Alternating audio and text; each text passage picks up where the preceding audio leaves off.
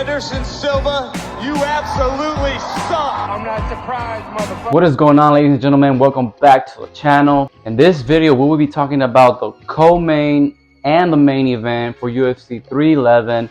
If you haven't seen my latest videos where I made my predictions, be sure to go ahead and check them out.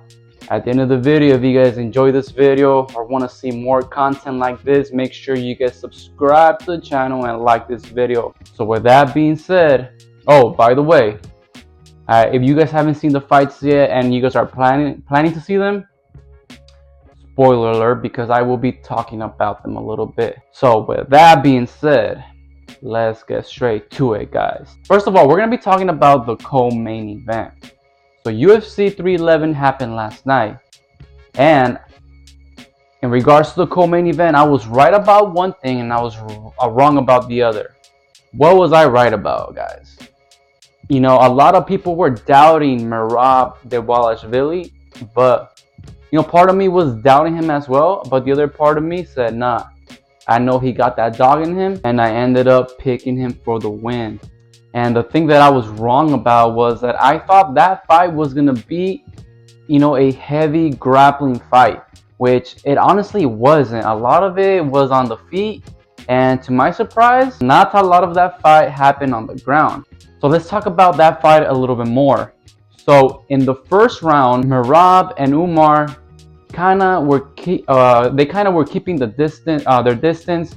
They were kind of, you know, trying to find the range between them two. I do think that Umar, even though they were kind of keeping their distance and trying to, you know, find the range, I think Umar did do a little more damage, or you know, he was more active in that first round. In the second round, Umar did start finding his range a little more, and again, he was more active in the second round. Okay. But going into the third, fourth, and fifth, that's when everything changed, all right? I think it was after the second round when Khabib told Umar that he needed to implement a lot more of the wrestling, which Umar really didn't do. So after that second round, or in the third, maybe even going to the fourth, Umar started looking a little fatigued. And even though at the end of the fight, he did say that he broke one of his hands, another thing that I think was the issue for him was that he was getting fatigued. In the third round, fourth and fifth, Merab, he started feeling himself. You know, he was able to take Umar down, and yeah, by the end of the fifth round, Merab was showboating, Merab was showing off, and he was taking down Umar like nothing. You know what I mean? Umar, I think, was exhausted by the fifth round, and I mean, unfortunately for Umar, he got his first L. He got his first loss in his MMA professional career, and you know what? He wasn't the only one that night, though. So the only thing I can see, you know, from Umar going forward is that he's gonna learn. You know what I mean? It's with everything else in life. You know, you take a couple L's in life, and you live and you learn. You know what I'm saying? You know, I know a lot of people were counting Merab out, and a lot of people thought that Umar was gonna walk right through him. I think even Umar, you know, going into this fight, felt confident about going into this fight with Merab. But guys, Merab has shown time and time again that he got that dog in him. He got the cardio, and put some respect on Merab's name. You just can't count him out, especially after the performance last night. You know, put some respect on that man's name. Like I said, you know, part of me, you know, was doubting Merab, especially because of who's, you know, Umar's coaches and who he trains around. You know what I mean? You know, I thought it was going to be a very dangerous opponent for Merab. But, you know, looking back to that Marlon Moraes fight, you know, Merab shows that he got that dog in him. You can't count him out, and you really gotta put Merab away, because he's just not gonna go away that easily. Okay, so I mean, I agree with the judges' scorecards. You know, I do think that because Umar was more active in the first and second round, I did think that Umar won those first two rounds. But I do think that Merab started picking up the pace, feeling himself, and like I said, he was just, I think, dominating Umar in the third, fourth, and fifth rounds.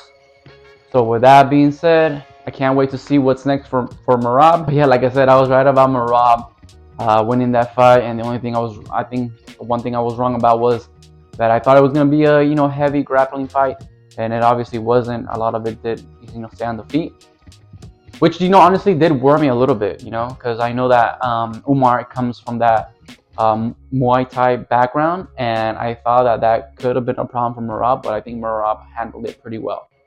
So with that being said, guys, let's move on to the main event. Okay, so originally, guys, the main event was supposed to be Islam Makhachev versus Arman Tsarukyan, and that didn't happen at all. Okay, maybe like 48 hours before Saturday, before the fight was supposed to take place, Arman pulled out. They had a call Renato Money Moicano to step in short notice. And guys, so let me tell you what I was right about and what I was wrong about in the main event. Alright, so the thing that I was right about was that I knew Islam was gonna retain the title. Okay, that was my pick. My pick was Islam over Arman. The one thing I was wrong about was, I didn't think Islam was gonna have to beat a whole different opponent than Arman. All right, I didn't see that coming. So I was wrong about that, but I was right about Islam winning. Okay, and look, no disrespect to Renato Moicano. I think he's great and all, but I think that Islam is just way levels above Renato Moicano. Renato Moicano was originally supposed to fight Benil Dariush, and I honestly thought that was a good matchup for him, because I feel Benil would have given him a different look, and then I feel like Benil would have been a good test for him to be in the top 5, because Renato, as of yesterday, he was ranked number 10 going into that fight with Islam.